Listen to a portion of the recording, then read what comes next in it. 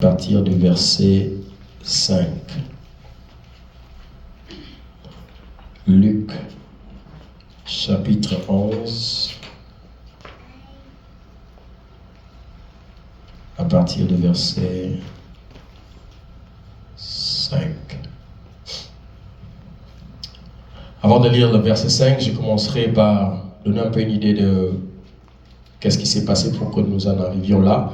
Vous verrez que dans le verset 1, la Bible dit « Jésus priait un jour en un certain lieu. Lorsqu'il eut achevé, un de ses disciples lui dit « Seigneur, enseigne-nous à prier. » Seigneur, enseigne-nous à prier. Ça, c'est dans le verset 1. Et comme ils ont dit, comme Jean l'a enseigné à ses disciples. Amen. À l'époque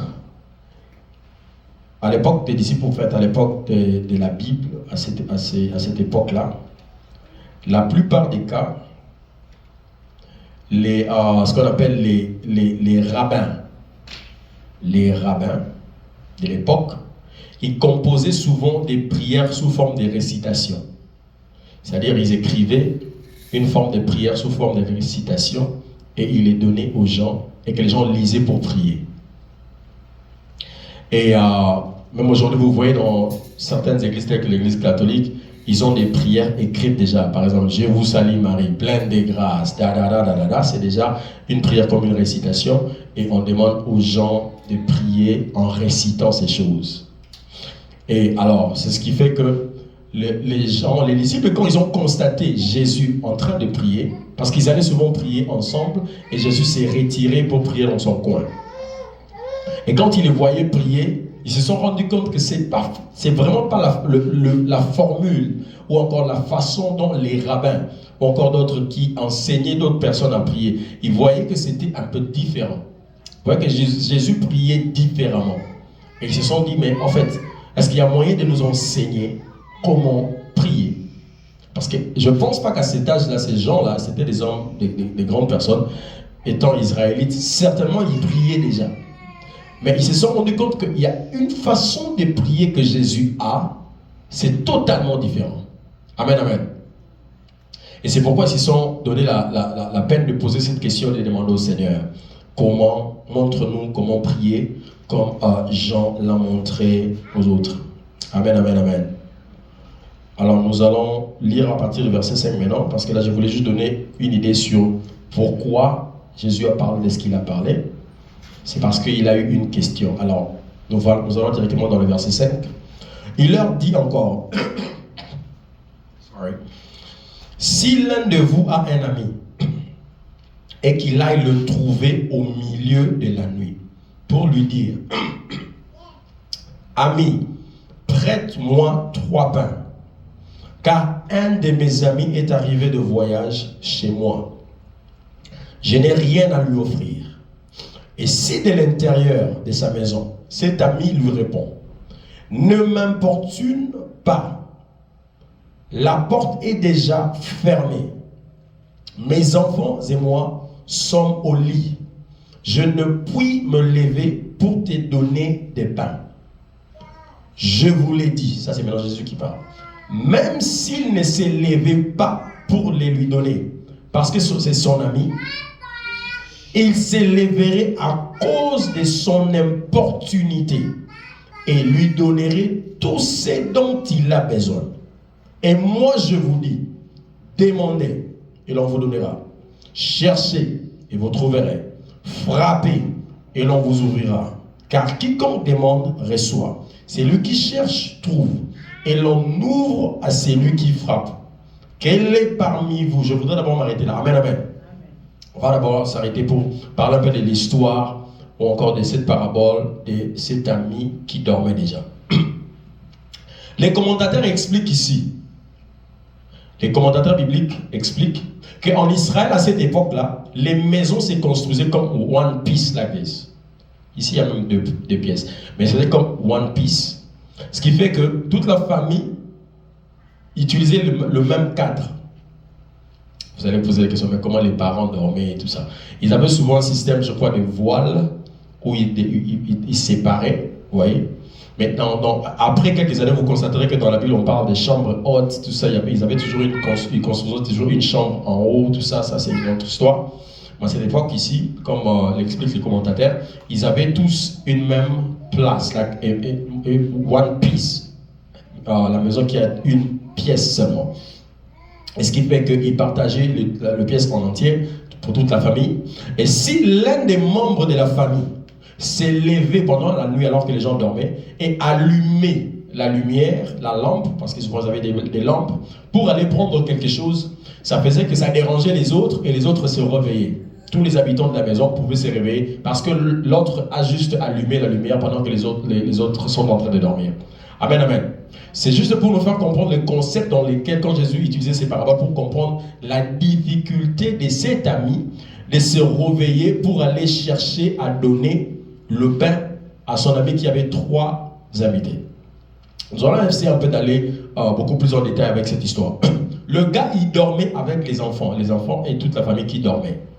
L'ami vient à minuit, c'était pas à 20h, c'était pas à 21h, c'était pas à 22h, c'était à minuit. À l'heure où il était censé savoir que mon ami certainement dort, mon ami a toute une famille. Et dans sa tête, certainement, avec peut-être la pression qu'il avait des invités qu'il a eu, les amis qui sont venus le voir, 3 amis, il n'avait pas de pain.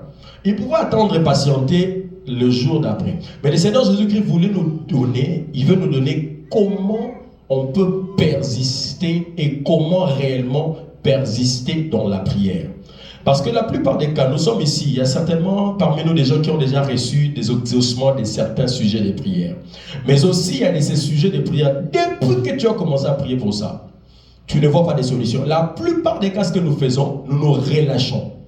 Nous ne nous relâchons pas dans la prière, mais nous nous relâchons par rapport à ces sujets particuliers. Nous nous rendons compte que nous avons tellement prié pour ça. Nous avons tellement demandé ça. Et à un moment, on s'est dit, bon, que la volonté de Dieu seulement s'efface. Que Dieu fasse sa volonté par rapport à un sujet ou par rapport à ce sujet particulier et nous lâchons. Et nous pensons qu'en disant cela, ça donne à Dieu maintenant le courage d'exaucer ce genre de sujet. Non. Le Seigneur Jésus-Christ vient révéler un secret. Parce qu'il est celui qui priait plus que tout le monde. C'est lui qui connaît les secrets même de la prière. Il vient pour expliquer comment est-ce qu'il faut persister. Et il a même donné la suite de l'idée pour dire quelle sera la raison pour laquelle l'ami se réveillerait. L'ami ne s'est pas réveillé à cause de l'amitié. Ce n'est pas parce que c'était son ami qui insistait, ce n'est pas parce que c'est son ami qui demandait qu'il s'est réveillé pour donner. Je voudrais dire à quelqu'un, il y a ce qu'on appelle la vitesse surnaturelle ou encore supernatural speed de l'accomplissement de certains sujets de prière. Cette vitesse surnaturelle ne s'active que quand quelqu'un persiste. C'est-à-dire Dieu est là et il a la réponse, il a les exaucements. Mais tant qu'il n'y a pas la persistance, il ne relâche pas l'exaucement. Je ne sais pas pourquoi il fonctionne comme ça, mais c'est comme ça que ça se passe dans certains cas. Amen, amen. Et si je suis venu pour nous encourager, s'il y a un sujet particulier pour lequel tu pries, tu as prié pendant longtemps et que tu t'es relâché, tu as lâché, je voudrais te ramener ce sujet sur la table de ta prière, de ramener ça sur la liste de tes sujets de prière pour que cette prière soit finalement exaucée. Amen, amen.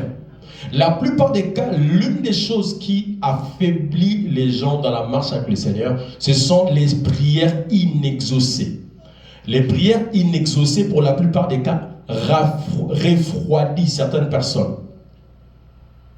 Parce qu'on s'est dit, bon, j'ai déjà prié pour ça, mais je n'ai rien vu, apparemment Dieu ne veut pas faire. Et il y a d'autres qui viennent même à dire qu'il y a Nzambe ou Melakafe. Ce qui doit venir de Dieu prend tellement du temps.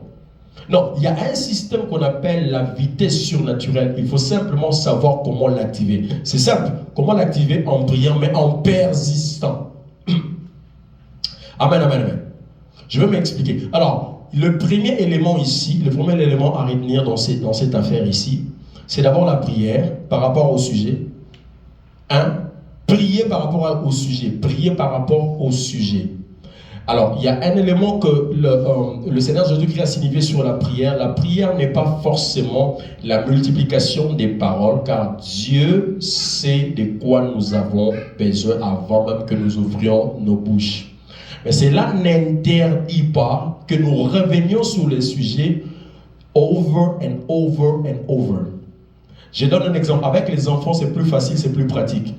Ma femme, je la vois ces derniers temps, elle doit s'arrêter au gas station. Pourquoi? Acheter quoi? Shower Park. C'est quoi encore le nom? Shower Park. Je la vois parfois être comme si tourmentée. Ah, si j'ai rentré que je n'amenais pas ça. Oh, mais these people, these kids, they will ask me again. They will ask me again. Le problème n'est pas le fait de demander. Ou le problème n'est pas le fait d'en avoir et de ne pas vouloir donner. Le problème, c'est qu'elle ne veut pas entendre encore qu'ils puissent demander, encore rappeler, n'est-ce pas? C'est-à-dire, pour éviter ces dérangements, elle s'est dit, mieux vaut que je l'achète. Elle ne l'achète pas parce qu'elle est leur mère. Elle ne l'achète pas parce que ce sont ses enfants. Elle ne l'achète pas non plus parce qu'elle les aime beaucoup. Elle l'achète pour éviter les tourments ou encore l'importunité. Surtout mon enfant là, mon fils là, lui quand il veut quelque chose, il insiste et il insiste et il insiste. Tu le donnes même par colère, mais tu le donnes quand même. C'est-à-dire, en fin de compte, il reçoit ce dont il a besoin. Est-ce que je suis en train de parler à quelqu'un? L'objectif ici, je veux recevoir ce dont j'ai besoin. Peu importe, je veux recevoir ce dont j'ai besoin. Et le Seigneur Jésus-Christ donne cette possibilité pour dire que c'est possible de recevoir ce dont tu as besoin, seulement à condition que tu apprennes comment persister. À condition que tu apprennes comment persister. J'insiste, il y a plusieurs sujets. Aujourd'hui, je ne parlais pas prophétiquement ou quoi encore, parce que l'ambiance, ça sera dans la prière. Il y a plusieurs sujets qui sont abandonnés, qu'on a mis dans nos coffrets. On n'en parle plus au Seigneur parce qu'on s'est dit, certainement ça, ce n'est pas carrément Dieu. Que Dieu, la volonté de Dieu dans cette affaire, certainement. Alors on a mis ça dans le coffret. Et ce qui fait que nous ne sommes pas totalement satisfaits. Le Seigneur Jésus-Christ a dit quelque part dans Jean, il a dit, demandez afin que votre joie soit parfaite. Amen. Quelqu'un connaît ce verset? Demandez à... Parfois nous faisons semblant d'être contents, parfois nous faisons semblant d'être joyeux, mais quand tu reviens au plus profond de toi, quand tu penses à certaines choses dans ta vie, tu n'es pas totalement parfaite, tu n'es pas totalement joyeuse, tu n'es pas parfaitement joyeuse, tu n'es pas parfaitement joyeux, tu n'es pas parfaitement heureux. Parce qu'il y a de ces choses que tu veux être résolu, tu veux voir ça changer, mais ça ne change pas pendant un jour, deux, pas pendant un mois, pas pendant une année, mais pendant des années. Le Seigneur Jésus-Christ vient pour nous donner le secret des exaucements, de certains sujets de prière. De certains sujets de prière. Rappelle-toi ici, cet ami, comme je l'ai dit, il venait avec l'idée que celui-là, c'est mon ami.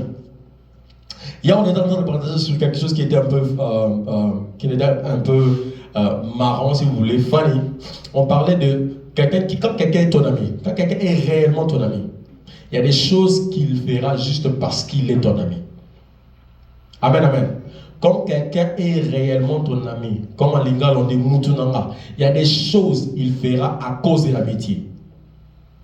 Il les fera pour toi à cause de l'amitié, à cause du niveau d'amitié que vous avez. Est-ce que je parle à quelqu'un?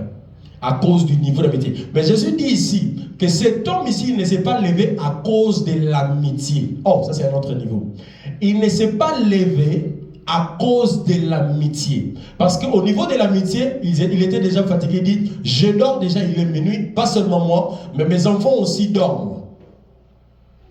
Donc, sur base de ce que je venais d'expliquer tout à l'heure, que la maison c'était souvent une pièce et que si tu allumais la lampe tard la nuit pendant que les gens dorment, ça va réveiller les autres. Alors pour éviter tout ça, donc je ne me lèverai pas, je n'allumerai pas la lumière, je ne réveillerai pas mes enfants juste pour te donner à toi, mon ami, le pain. Et c'était conclu. C'était déjà conclu qu'il ne se lèverait point. Vous vous imaginez que l'amitié n'a pas permis à cet homme-là de recevoir ce dont il avait besoin. Oui, il y a un certain niveau d'amitié, même quand on est vraiment amis, mais on arrive à un point où l'ami te dit, je ne le ferai pas, je ne pourrai pas, je suis désolé, je voudrais bien le faire, mais je ne le ferai pas, je ne pourrai pas le faire. Yes. Il y a aussi un certain niveau d'amitié, même quand tu viens à une heure qu'il ne faut pas, l'ami te dit c'est pas possible. Jésus va au-delà de ça parce qu'il savait que certainement dans la tête des disciples, quand il va dire ami, on pensera qu'il fera à cause de l'amitié. Il dit, il ne l'a pas fait, même pas par amitié, mais il a dit à cause de l'importunité. C'est le mot opportunité qui nous intéresse aujourd'hui. Le mot opportunité a plusieurs sens. Le mot opportunité parmi les sens, un, ça véhicule l'idée de l'urgence. Si vous voulez noter. 2. Le mot opportunité veut aussi dire l'audace. 3. Le mot opportunité peut aussi se définir comme l'ardeur. 4. Le mot opportunité peut nous amener à dire aussi comme l'ardiesse et persistance, comme le mot persistance nous avons bien dit. Et ceci nous amène dans une histoire que nous connaissons aussi. C'est dans Matthieu. Encore avant d'arriver à Matthieu, le mot opportunité va aussi jusqu'à expliquer l'insistance d'un mendiant désespéré. Un mendiant désespéré. Avant d'aller à Matthieu, je vais donner quelques exemples. Vous savez, est-ce que vous avez déjà rencontré quelqu'un qui te demande, tu dis que tu n'en as pas, et qui continue à dire, ah, Nayoupé. Regarde. Moi, j'en ai rencontré plusieurs, vous savez, à Kinshasa, c'est encore pire. Donc, vous verrez quelqu'un qui commence à t'appeler par tous les noms de la Bible. Motasilisa Matena Mark, Motatanga Baliki Namba. Motonanzambe, Motangi Bible. Tu te regardes, oh, son appel, c'est un fellow. Donc, il te culpabilise. Donc, il t'appelle Moussa Nanzambe, Motangi Bible, Motasilisa Mathieu, Marc, Luc, Jean. Tu te poses la question, il était là comment j'ai lisé ces livres aussi. Alors, il t'amène dans un niveau de culpabilité. Un mendiant, l'insistance d'un mendiant désespéré. Ça aussi, c'est l'opportunité. C'est-à-dire, il est dit tellement fort en public. Tu regardes, tu te dis, tu vois, tu regardes, les gens te voient, tu te dis, ah, ma réputation. Ah, on se dit, un homme de Dieu, vraiment, cabaret dans lui, vraiment, il partage pas. Donc, tu regardes tout ça, ça influence. Je suis en train de parler à quelqu'un. Amen, amen.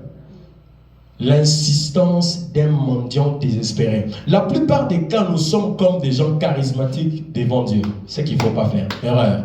Parfois, nous venons dans la prière, nous venons chercher le Seigneur dans la prière, comme si nous en avons déjà. Nous sommes suffisants, charismatiques. Je me rappelle d'un vieux de mon église qui disait, petit, na olamuke nkolo na 5 heures na matili gola matolo mtakala na osambela msabadamo na ngabaka ndoki kombo na eso niezwa.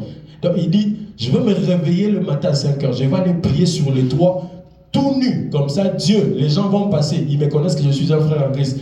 Babel et la Mandoki qui me traite de sorcier, comme ça son nom, sa réputation va être. Donc ça dit, il veut me démontrer, petit, je veux démontrer à Dieu que j'ai réellement besoin de ce que je suis en train de demander en prière. Un mendiant désespéré. C'est-à-dire quelqu'un qui n'a que toi comme solution. C'est-à-dire il s'est dit que si toi tu ne donnes pas, je n'aurai pas. Est-ce que je suis en train de parler à quelqu'un?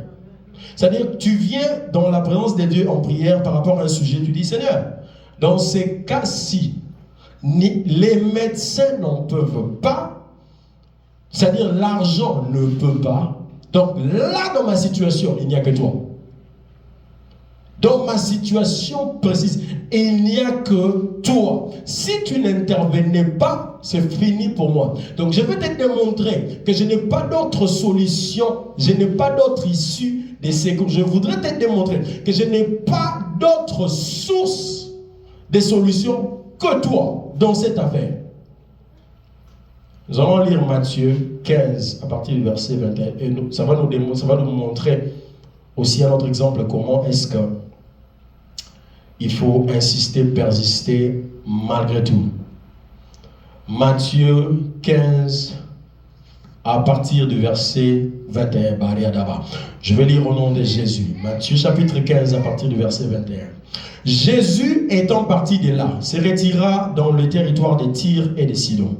Et voici une femme cananéenne qui venait de ces contrées, lui cria, « Aie pitié de moi, Seigneur, fils de David. Ma fille est cruellement tourmentée par les démons. » Il ne lui répondit pas un mot. On va d'abord s'arrêter là. Jésus ne répondit, il n'a rien dit. La femme n'avait pas parlé, elle avait crié. Elle n'a pas parlé, elle a crié. Et elle a détaillé son problème. Ma fille est cruellement tourmentée par des démons. Cruellement tourmentée par des démons. Vous savez qu'est-ce que le mot cruel? Donc, quand c'est cruel, c'est-à-dire c'est grave. C'est-à-dire les démons sont en train de tourmenter son enfant à un niveau très, c'est-à-dire brutalement, sauvagement. Donc on peut de la balancer n'importe comment, n'importe quand. Mais Jésus n'a pas répondu.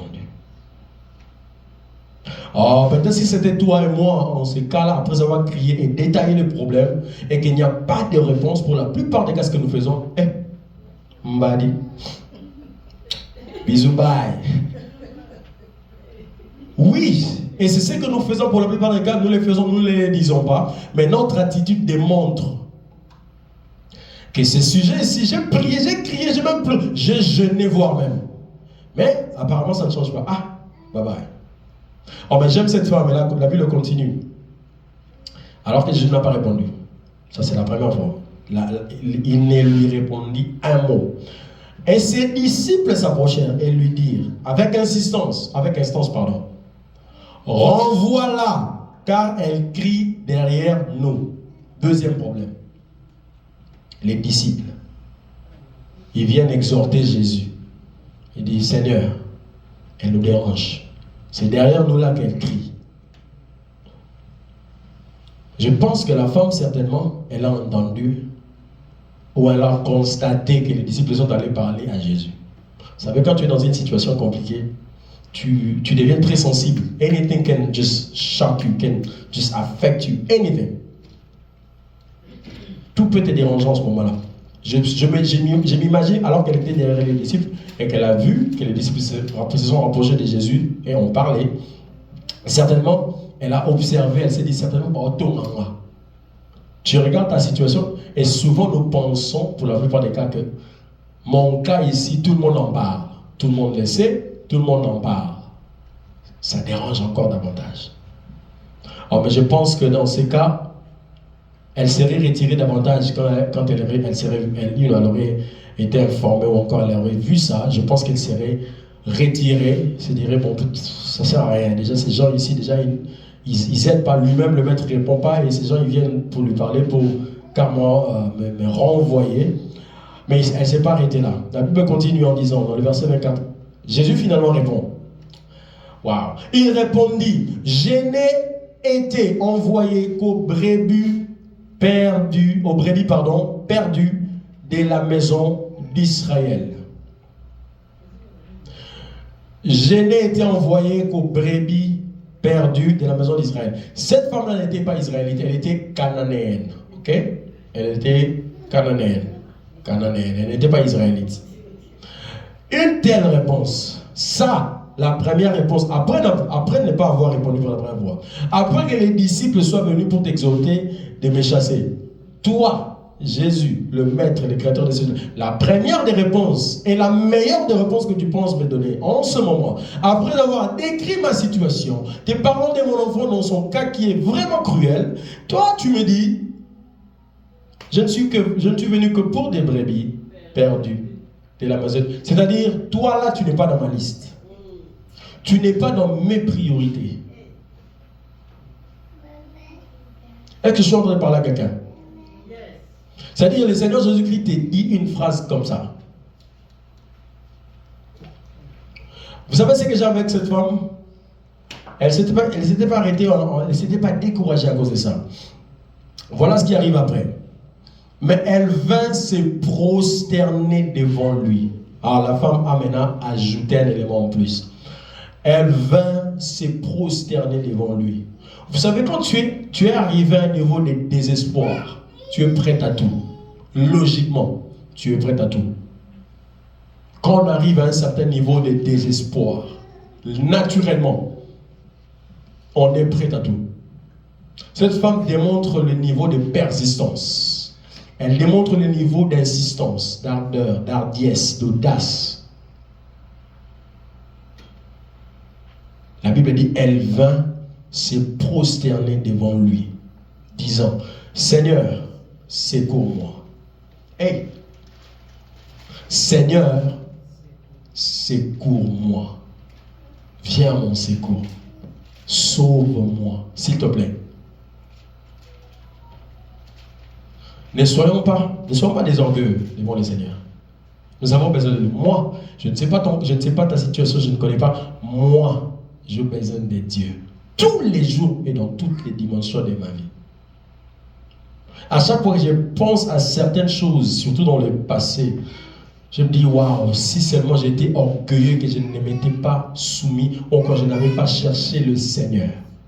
Je savais dans quelle situation en ce moment. Et dans des situations où encore des choses, des problèmes dont j'ai besoin, ou encore que j'ai maintenant, actuellement, je me dis, si le Seigneur ne me secourt pas, Nassamboué. Cette femme-là, dans sa tête, elle se disait, ça c'est ma dernière carte. Je n'ai que lui en ce moment, peu importe les conditions. Elle vint, elle se prosterna, et puis elle dit, Seigneur, secours-moi. Y a-t-il quelqu'un qui pourra dire encore, Seigneur, secours-moi. J'ai besoin de toi, j'ai besoin de ton secours. Aide-moi, aide-moi, s'il te plaît. Je ne sais pas, c'est pourquoi la conclusion, là où Jésus, je vais dire ça après.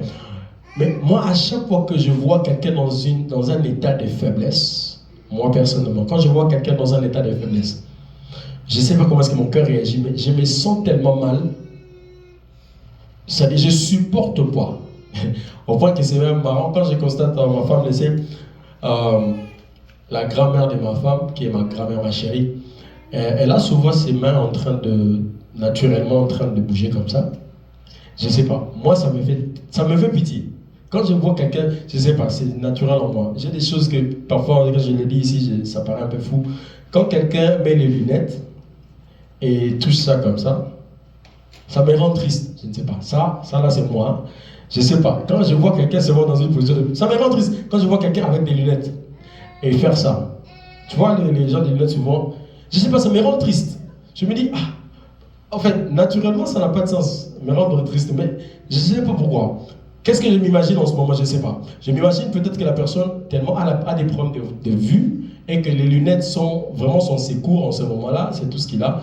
Et il a besoin de s'assurer que les lunettes là se sont bien placées. Je ne sais pas ce qui se passe dans ma tête, mais ça me rend triste. Je ne sais pas. Ça là, je suis, je sais pas, comme un fou, mais ça me rend triste quand je vois vraiment quelqu'un avec les lunettes faire ça. Alors, comme je l'ai dit, quand je vois ma grand-mère là en train de... Ses mains, naturellement, ça bouge. Il paraît que c'est une maladie, quelque chose comme ça. Et ça me rend triste. Amen, amen. Alors, nous allons évoluer. Alors, je me dis, si moi, mauvais que je suis, il y a des choses qui peuvent toucher mon cœur comme ça, me rendre faible. À combien plus forte raison, celui-là, quand on dit, secours-moi. Secours-moi. Alors, nous évoluons dans cette histoire. Et Jésus répond dans le verset 26. Il n'est pas bien de prendre le pain des enfants et le jeter aux petits chiens. Ah bah. Je pense que cette réponse, ce serait la prise de vue. Je dis, ok. Aïe. Là, Jésus, tu as débordé. Là, tu as débordé. Tu me peux. Donc, moi, on m'a donné Jésus chien. À l'époque, il faut bien comprendre le contexte, à l'époque, tout ce qui n'était pas israélite était pratiquement considéré païen, c'est-à-dire parce qu'ils ne connaissaient pas Dieu, tout ça. Alors, on traitait les Israélites comme les enfants des dieux, et que toutes les autres nations et tout ça étaient considérées comme les chiens dans ces concepts-là. Vous voyez, on appelait les chiens ça, c'est-à-dire Déjà, le chien était pratiquement l'animal le plus proche de l'homme et tout ça, l'animal qui est tout le temps avec l'homme jusqu'aujourd'hui, comme le voyons, les chiens. Et vous voyez que les chiens bénéficient, comme la femme va le dire aussi après, de la nourriture des hommes. Alors j'évolue. La femme, elle s'était pas arrêtée là, à cause de cette réponse, comme vous connaissez l'histoire. Au verset 27, la Bible dit, « Oui, Seigneur, dit-elle, mais le petit chien mange les miettes qui tombent de la table de leur maître. » Le Seigneur Jésus-Christ a tout fait. Il a tout dit. Et la femme aussi s'est servie de tout ça pour ajouter un courage de plus, pour ajouter une persévérance de plus, pour ajouter une persistance de plus. Ici, nous sommes en train de parler sur la persistance dans la prière. La prière avec persistance. La femme a dit, « Oui, Seigneur, dit-elle, mais les petits chiens mangent les miettes qui tombent de la table de leur maître. » Amen, amen. Et finalement, alors Jésus lui dit, « Femme, ta foi est grande. Qu'il te soit fait comme tu veux. » Et à l'heure même, sa fille fut guérie. Maintenant, imaginons que dès le manque de réponse de Jésus au départ, et que la femme s'était relâchée, est-ce que sa fille serait guérie? Non. Est-ce que la condition de sa fille se serait améliorée? Non. Vous savez, il y a certaines choses, nous pensons que ça s'améliorera au fil du temps. Le temps ne change pas toutes choses. Le temps n'arrange pas toutes choses. Le temps ne résout pas tous les problèmes. N'abandonnons pas nos responsabilités au temps. Je suis en train de parler à quelqu'un. N'abandonnons pas nos responsabilités au temps. Il y a certaines choses, quand tu ne t'y mets pas, ça ne changera pas. Et Dieu, vous savez, c'est une chose depuis que j'ai découvert ça. Et Dieu, dans sa divinité et dans toute sa puissance, malgré cette puissance-là, il y a des choses, il y a des choses qu'il ne laissera pas sa puissance sortir. Tant que toi, tu ne persistes pas. Le Seigneur Jésus-Christ qui vient du ciel, c'est lui qui est venu avec la grâce, comme nous étions en train de parler sur la grâce dernièrement.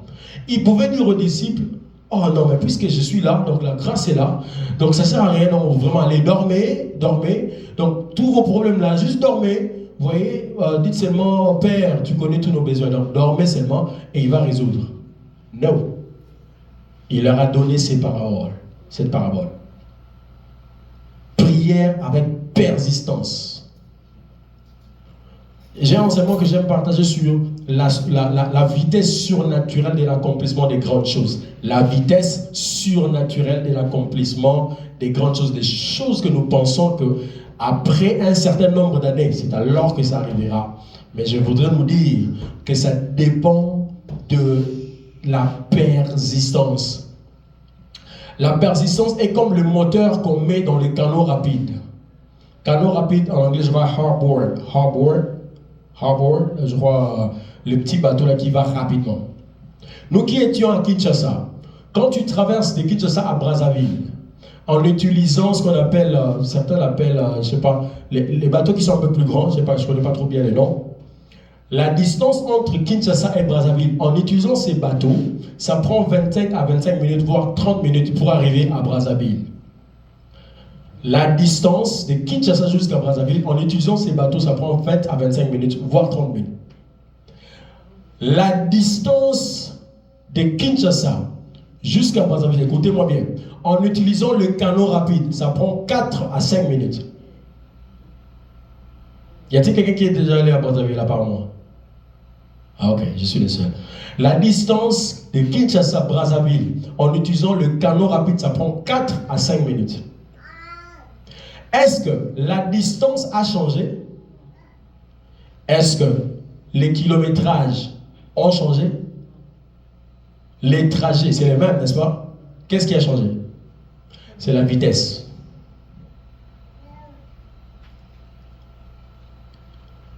Le moteur ou encore la vitesse qu'il y a dans le canot rapide est plus rapide que celui. La distance reste la même. C'est-à-dire, il y a des choses pour certaines d'autres, certaines personnes, ça prend 10, 15, 20 ans pour les voir arriver, pour les voir s'accomplir. Le problème n'est pas la chose ou l'accomplissement. C'est le moteur qu'on utilise pour atteindre ça.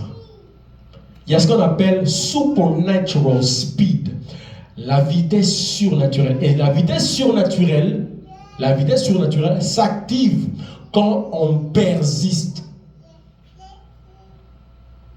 La vitesse surnaturelle s'active quand on persiste dans la prière par rapport à un sujet. Au niveau de l'importunité. Vous savez, parfois, il y a certaines choses, je l'ai expérimenté par la grâce. Si tu penses qu'il faut seulement avoir un programme de prière dans la journée, si tu penses qu'il faut avoir un programme de prière dans la semaine, certains sujets, tu pries pour ça dans tes programmes là comme tu les as, et tu pries pour ça comme je disais avec mon frère, mon ami que j'appelle Moninga. Il y a des prières qu'on appelle des prières à bout portant. Tu tires à tout bout de champ, partout, à tout moment. C'est-à-dire, tu es en train de conduire, ça te revient dans la tête. Seigneur, tu pries par rapport à ce sujet. Tu es en train de faire quelque chose d'autre. C'est-à-dire, dans la journée, à part ton heure de prière, les autres heures in between, ces sujets-là, tu les balances. Ça, c'est ce qu'on appelle l'opportunité. C'est-à-dire, Dieu se dit, il parle toujours de ça à tout moment, ça tous les jours. Il parle que de ça, il ne parle que de ça. Barange Bozard, donnez-moi, résolvez ce problème, vite fait. La vitesse surnaturelle s'active quand on persiste. Mais comment persister? L'un des moyens, c'est prier à tout bout de champ par rapport à ces sujets. Ça, c'est un secret. Ça, c'est l'un des secrets de la prière. Tu ne peux arriver à faire ça que quand cette histoire-là te dérange réellement. Tant que ça ne te dérange pas. Tu vois cette femme-là? C'est-à-dire même la phrase de Jésus là que pour les chiens, c'est-à-dire le problème qu'elle avait lui dérangeait plus que les phrases de Jésus. Plus que les manques de réponses de Jésus, le problème avait un niveau de dérangement beaucoup plus élevé. C'est-à-dire son problème lui dérangeait au-delà, voire même du regroupement des disciples qui sont allés dire à Jésus de la renvoyer. Le dérangement de son problème était au-delà de ça. C'est-à-dire, elle voyait la solution de son problème qui est là, Jésus. Il n'y a rien qui était prêt à la ramener en arrière tant qu'elle n'a pas reçu ce dont elle avait besoin. C'est ça la persistance. C'est ça. Donc, quelqu'un disait, prie comme si tout ne dépend que de Dieu. C'est-à-dire que tout ne dépend que de Dieu, c'est-à-dire que sans Dieu, tout ce dont tu es en train de... C'est-à-dire avec cette mentalité, tu pries avec cette mentalité que Nenazabou, donc Songana Tiki et Tikami. Donc, je suis en train de parler à quelqu'un. La vitesse surnaturelle de l'accomplissement.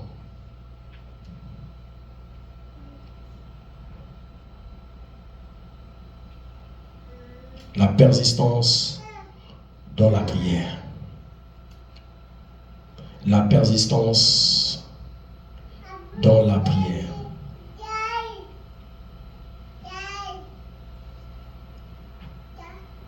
Nous allons chuter par rapport à ça. Donc l'histoire de cette femme ici, pratiquement nous donne l'image, comme je l'ai dit, de l'insistance, de la persistance, de l'audace, de l'ardiesse, qui amène le Seigneur Jésus à pratiquement résoudre son problème. Et c'est là aussi, la foi, nous en parlerons beaucoup plus en détail. C'est là aussi démontre que nous croyons réellement que Dieu va le faire. Parce que la Bible dit, c'est sur la foi, nous en parlerons plus tard peut-être, que Dieu aime que ceux qui l'approchent croient qu'il existe. Et non seulement ça, et qu'il est le rémunérateur de ceux qui les cherchent.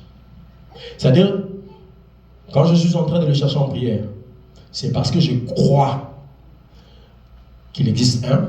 Ça démontre que je crois. C'est-à-dire, le fait seulement que je me lève pour chercher le Seigneur en prière, c'est déjà une démonstration que je crois. Un. Et Dieu aime ça. Alors, lui, pour déterminer la foi, il a plusieurs manières et plusieurs façons. Dans le cas de cette femme, en conclusion, le Seigneur Jésus-Christ a dit, ta foi est grande. La foi, parfois, c'est défini par le nombre de fois que tu persistes.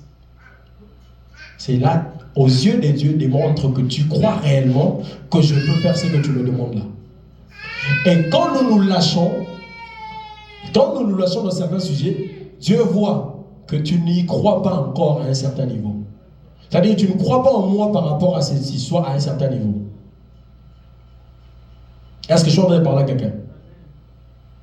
Ah mais, moi j'ai la foi, je crois, je suis chrétien. Non, c'est Dieu qui détermine, c'est Dieu qui constate, c'est Dieu qui voit que ce niveau de persistance démontre que cette personne croit réellement.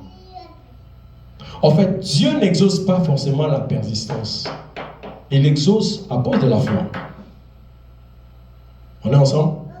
C'est à cause de la foi. Mais qu'est-ce qui démontre réellement que tu as la foi par rapport à ça? C'est ta persistance.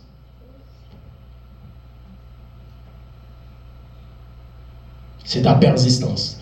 Ta façon là d'insister, ta façon là de persister démontre que tu crois réellement, tu crois profondément que Dieu va le faire.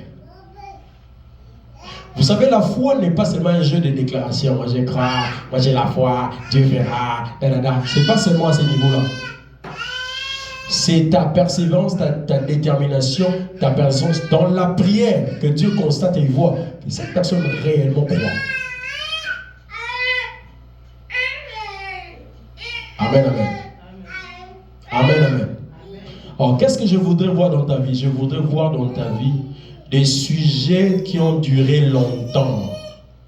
Des choses qui n'ont pas changé depuis longtemps. Des choses que tu voudrais voir changer, mais qui ne changent pas depuis longtemps. Ce sont des choses que je voudrais voir changer dans ta vie. Et la seule personne qui est capable de l'amener au niveau du changement, c'est toi. Dieu n'y est pour rien. Un exemple en pratique. Vous connaissez l'histoire de la femme qui avait la perte des sangs, n'est-ce pas? La femme avait la perte des sangs pendant 12 ans. Ça, c'est ma conclusion. Cette femme a entendu que Jésus était en train de passer. Vous connaissez l'histoire. Dans cette histoire, Jésus était en route pour aller guérir quelqu'un d'autre. La fille de Jairus. Jésus était en route pour aller guérir la fille de Jairus. Cette femme-là s'est dit en elle-même, si seulement je touchais les bords de la robe, voilà ce qui va arriver, n'est-ce pas? C'était elle-même qui a résolu ça. C'était pas Jésus qui l'avait dit, c'était ni quelqu'un ou les autres lui ont informé. C'est elle-même qui s'est dit, elle a déterminé, elle a même défini comment est-ce qu'elle aurait sa guérison. Et elle a finalement appliqué cela, elle a appliqué. L'élément qui m'intéresse dans cette histoire, c'est que Jésus était dans un autre programme. Jésus allait dans une autre direction. Mais cela n'a pas empêché à la puissance de Jésus de sortir pour cette femme-là. Je suis en train de parler à quelqu'un. Jésus n'avait pas cette femme-là dans son programme. Cette femme-là ne se retrouvait pas dans son calendrier de ce jour-là, dans son agenda. Il allait pour quelqu'un d'autre. Au point que quand il s'est arrêté pour chercher à demander qui m'a touché, tout ça, le gars qui était le papa de Jairus en question, s'est dit, mais finalement, il s'est plaint un tout petit peu. On lui a dit, papa, ne t'inquiète pas, ta fille là déjà, elle est d'ailleurs morte. Donc la situation de quelqu'un d'autre dont Jésus était en train de partir pour aller guérir, s'est empirée à cause de cette femme-là.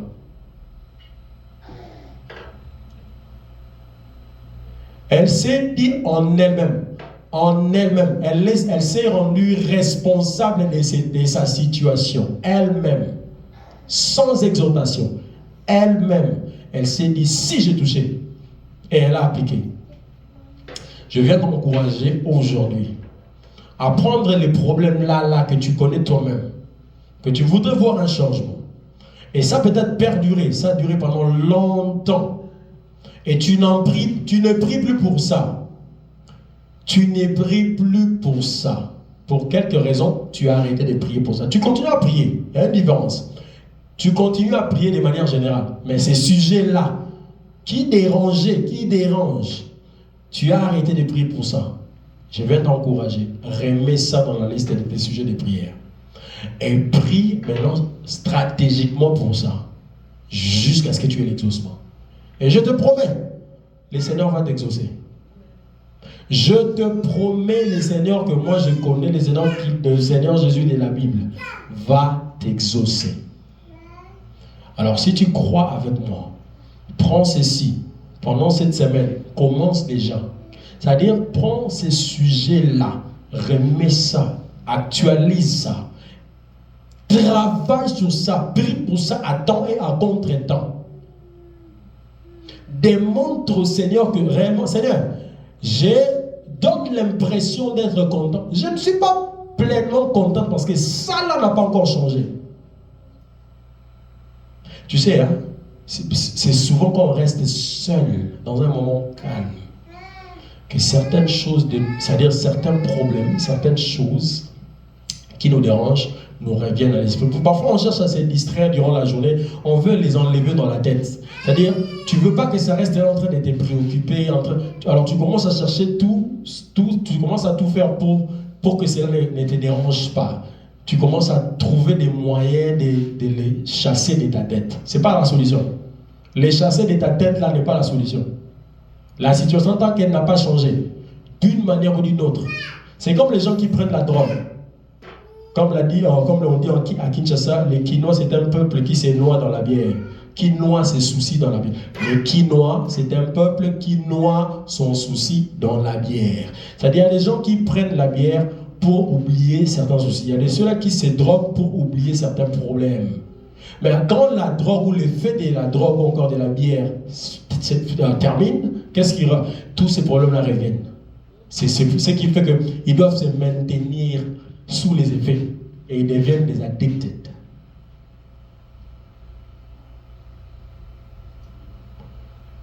On ne se cache pas, on ne cherche pas à voiler les problèmes, on le résout. Alors, j'insiste ici, si tu as des problèmes, des situations que tu connais personnellement, qui te dérangent énormément, mais que tu ne vois pas des changements, tu as déjà prié pour ça, peut-être que tu as gêné pour ça, mais tu n'as toujours pas vu des solutions. Maintenant, le Seigneur nous donne certains éléments.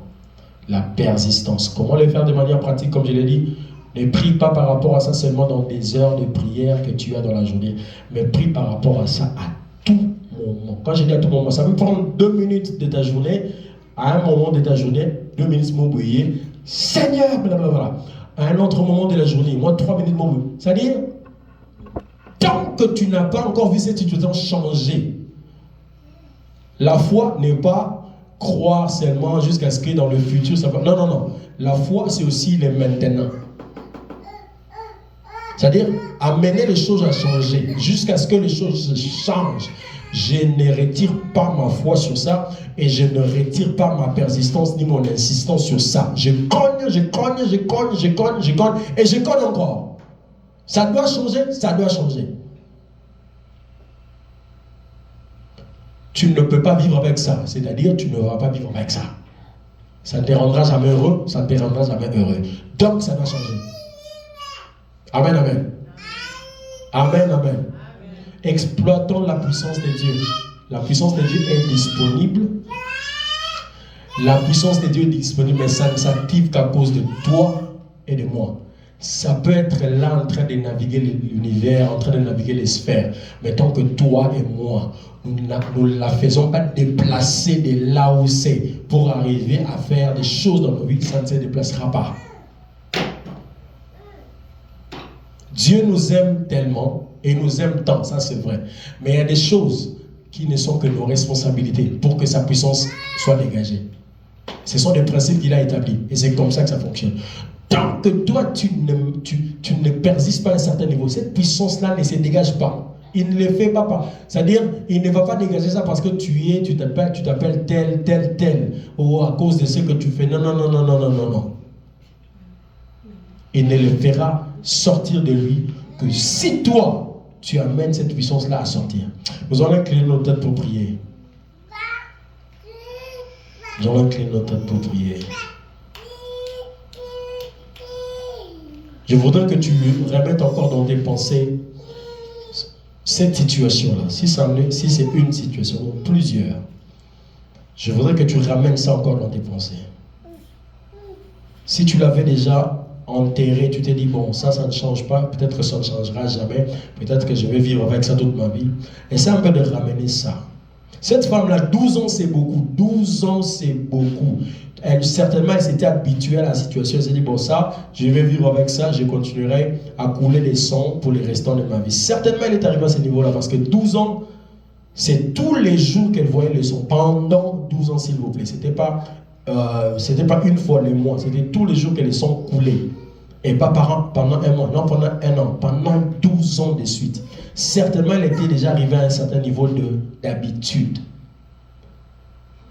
Mais cela n'a pas empêché qu'elle l'a encore tenté jusqu'à toucher le pan de la robe de Jésus. Je voudrais que tu ramènes cette pensée, ramène encore cette situation, ramène encore cette histoire-là que toi-même tu connais. Ça peut être ton problème personnel, ça peut être un problème d'un membre de famille, ça peut être un problème de, je sais pas moi, de qui que ce soit, mais qui te dérange toi, qui t'a toujours dérangé toi. Et que tu n'as jamais vu de changement, et que ça ne change pas depuis beaucoup d'années. Le Seigneur vient nous donner l'opportunité de voir sa puissance se libérer par rapport à ces choses, de voir sa puissance se dégager, de voir sa puissance en activité, en action par rapport à ça.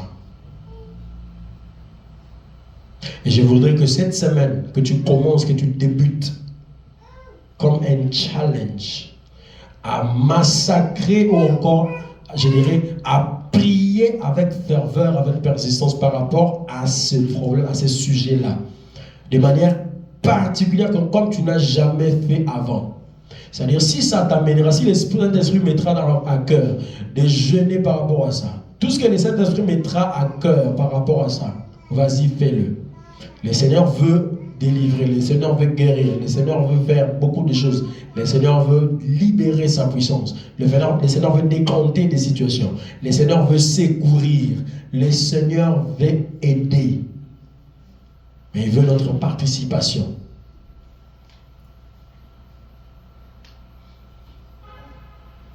Père, nous te rendons grâce. Nous te bénissons pour cet après-midi. Merci pour ton amour, merci pour ta faveur. Merci pour ta miséricorde. Que ton nom soit béni à jamais. Rends-nous capables, Seigneur, de persister encore dans la prière. Rends-nous capables de persister encore et encore dans la prière. Par rapport au sujet qui nous dérange, Seigneur, rends-nous capables de persister encore et encore jusqu'à voir des résultats comme il se doit, jusqu'à obtenir des solutions.